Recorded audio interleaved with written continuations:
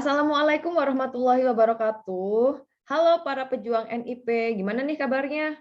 Semoga dalam keadaan luar biasa sehat ya, sehingga bisa juga belajar sesuatu yang luar biasa hari ini dan juga bisa maksimal untuk memahaminya.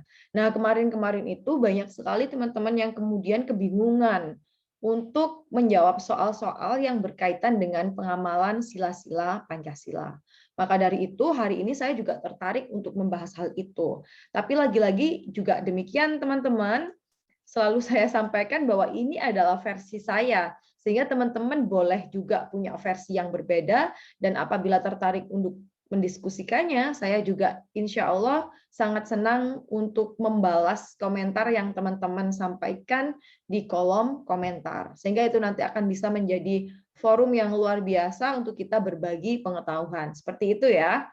Nah, pengamalan nilai-nilai Pancasila, kalau menurut saya, sebelum kita menjawab terkait dengan itu, kita harus paham dulu bahwa sebenarnya, hakikatnya, pada dasarnya, Pancasila itu adalah merupakan satu kesatuan utuh yang tidak dapat dipisah-pisahkan. Artinya, sila-sila Pancasila merupakan suatu keutuhan, kesatuan yang utuh maksud saya, yang saling terkait dan saling berhubungan secara koheren. Jadi lihat di situ sudah disampaikan bahwa dia saling terkait ya, kemudian ya saling berhubungan dan dia itu juga koheren. Artinya koheren berarti dia itu melekat. Artinya satu sila dengan satu yang lain itu benar-benar mereka itu yang harus dibahasnya tuh jadi satu kesatuan yang utuh dan bulat seperti itu.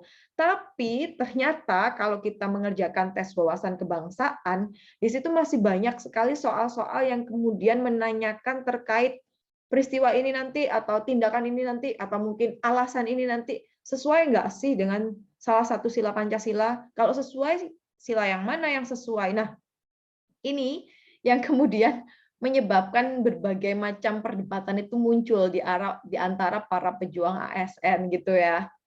Nah, kalau saya sendiri apabila memang harus menjawab soal-soal yang demikian, saya lebih suka menganalisis soal yang seperti itu berdasarkan apa yang disampaikan oleh Bapak Magni Suseno, bukan berdasarkan butir-butir Pancasila. Kenapa? Karena di dalam TAP MPR nomor 18 garing MPR tahun 1998, TAP MPR tentang butir-butir Pancasila itu sudah dicabut, teman-teman. Ini lihat, sudah dicabut. Artinya ketika dia itu sudah dicabut, maksud saya, berarti dia itu sudah tidak berlaku. Tidak lagi menjadi hukum positif negara Indonesia karena dia sudah tidak diberlakukan lagi. Sehingga saya kemudian kemarin mencari berbagai macam referensi begitu, dan yang paling mengena bagi saya itu adalah referensi yang disampaikan oleh Bapak Magni Suseno ya, bahwa dalam penjabaran sila atau nilai-nilai Pancasila itu bisa kita lihat demikian, bahwa ternyata kalau sila ketuhanan yang Maha Esa itu adalah dirumuskan untuk menjamin tidak adanya diskriminasi atas dasar agama.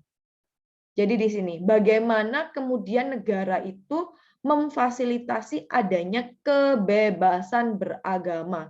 Nah, penekanan di sila yang pertama itu berarti di situ.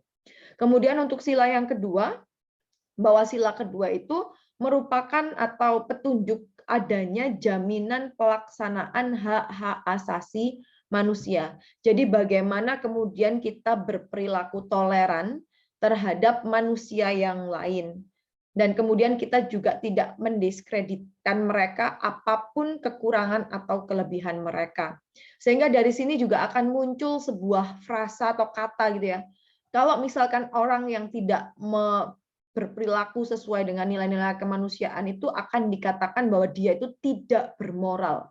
Atau sebaliknya, kalau dia berperilaku dengan mengedepankan nilai-nilai kemanusiaan, maka akan ada labeling bahwa dia itu bermoral, dia itu beradab.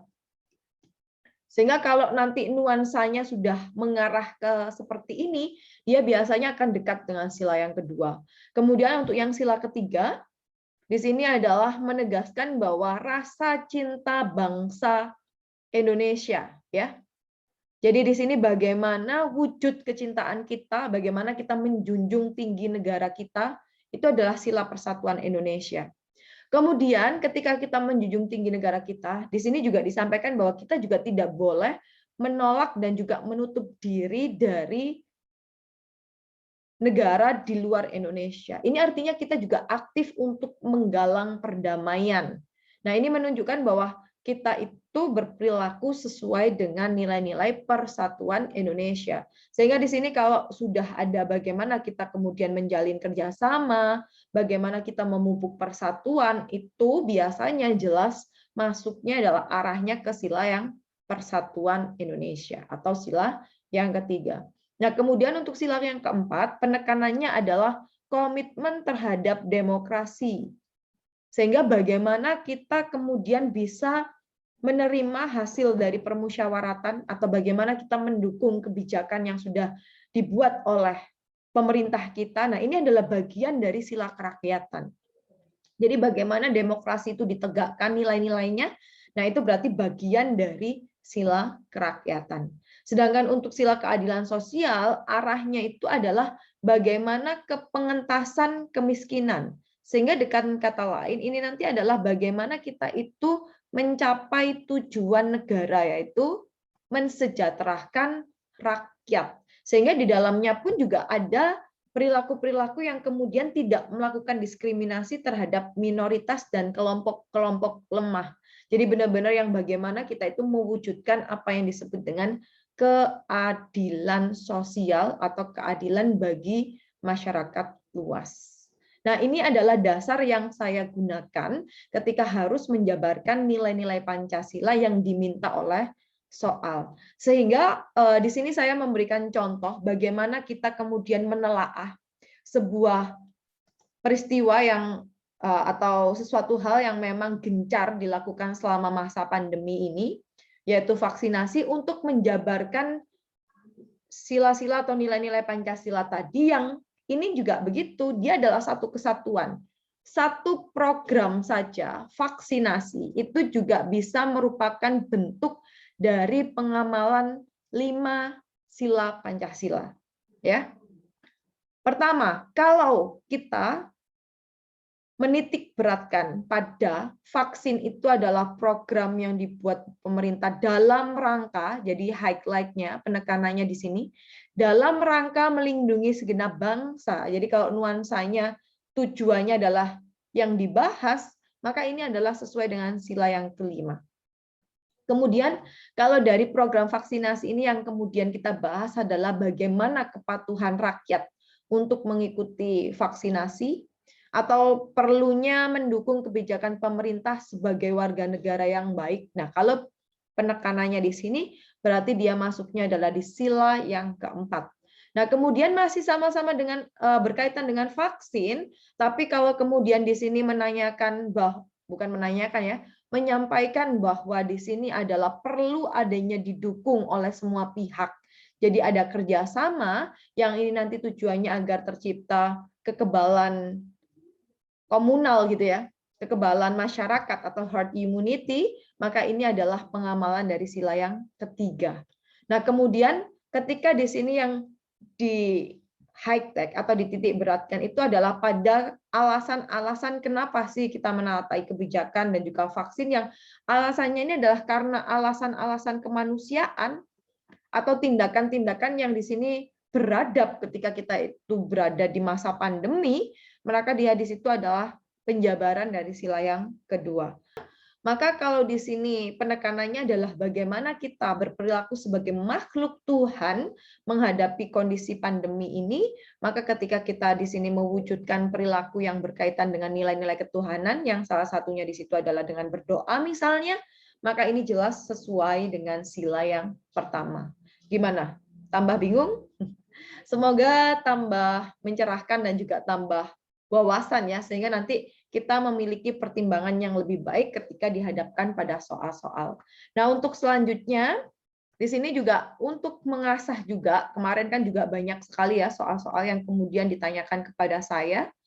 Nah, di sini saya tertarik untuk membahas itu juga. Jadi saya juga mohon maaf kalau kemudian ternyata ini bukan FR gitu ya, ternyata bikinan dari orang yang lain. Saya mohon maaf kalau di sini saya tidak bukan mencerminkan ya, tidak menuliskan sumbernya dari mana, karena ini juga ditanyakan oleh banyak orang seperti itu. Sehingga saya mohon maaf sekali apabila ini ternyata sudah punya haknya orang lain, bukan maksud saya untuk menyerobot haknya teman-teman gitu ya.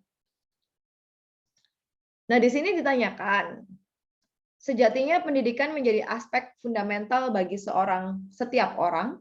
Pihak HAM pun telah meratifikasi pendidikan menjadi hak dasar yang berhak dimiliki. Semua komponen warga negara harus mendukung terciptanya pendidikan yang merata sesuai dengan amanat pembukaan UUD Alinea keempat, adanya program pendidikan wajib belajar 9 tahun dari kota sampai ke pelosok. Nah, teman-teman, di sini untuk kata kuncinya itu adalah di terciptanya pendidikan yang merata. Jadi meskipun di sini ada mendukung, ini bukan berarti bahwa itu dekat dengan sila keempat, bukan. Jadi yang perlu di-highlight itu di sini, terciptanya pendidikan yang merata. Sehingga ketika terciptanya pendidikan yang merata itu adalah tujuan dari negara, jelas ini adalah pelaksanaan dari sila yang kelima. Gampang kan? Oke. Lanjut ke soal yang selanjutnya.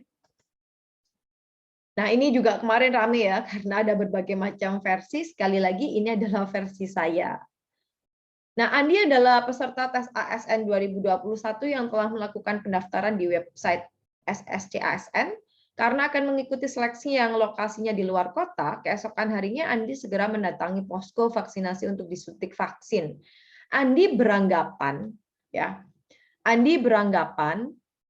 bahwa kesediaan untuk segera divaksin dapat menciptakan kekebalan kelompok sebagai upaya pelindungan tidak langsung terhadap virus COVID. Maka dari itu, sedikitnya 182 juta penduduk Indonesia harus sudah disuntik vaksin COVID-19. Pola pikir dan tindakan Andi. Lihat, pola pikirnya Andi apa? Bahwa kesediaan untuk segera divaksin itu dapat menciptakan kekebalan tubuh. Dan tindakan Andi adalah dia mau divaksin.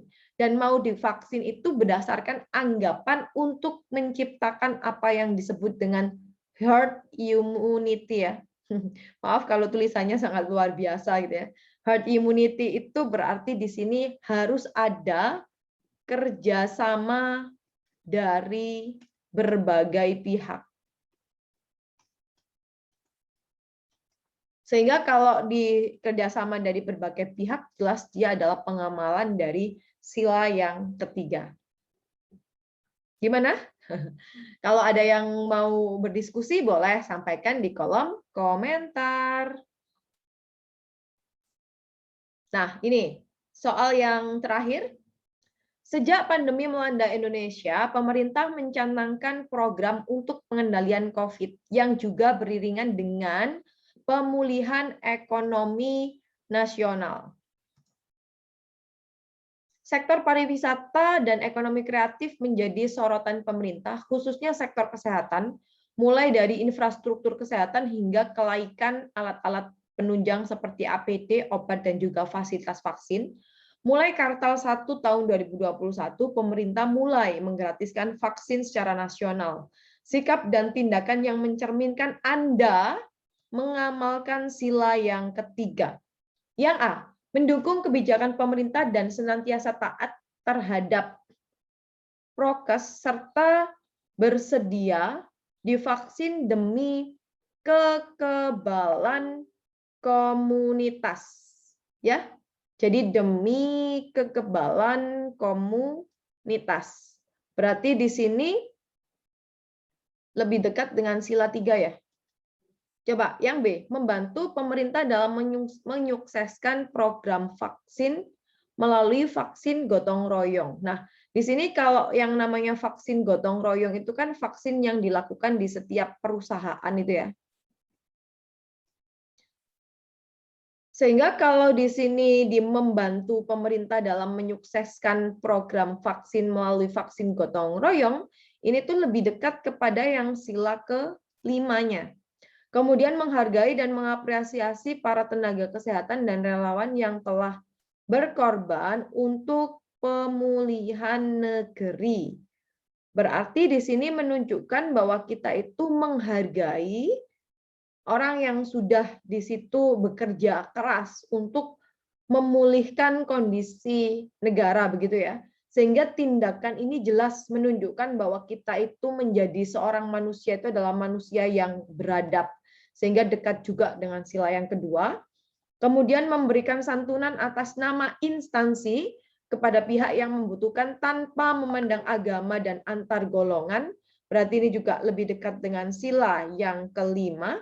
Kemudian mendukung dan bersedia divaksin demi memenuhi berbagai syarat administrasi, aturan bepergian demi kesejahteraan komunal. Nah, di sini meskipun deminya itu oke, cuman karena dia memenuhi vaksinnya hanya demi berbagai persyaratan administrasi, sehingga ini lebih kepada kesadaran hukumnya yang nggak begitu bagus ya.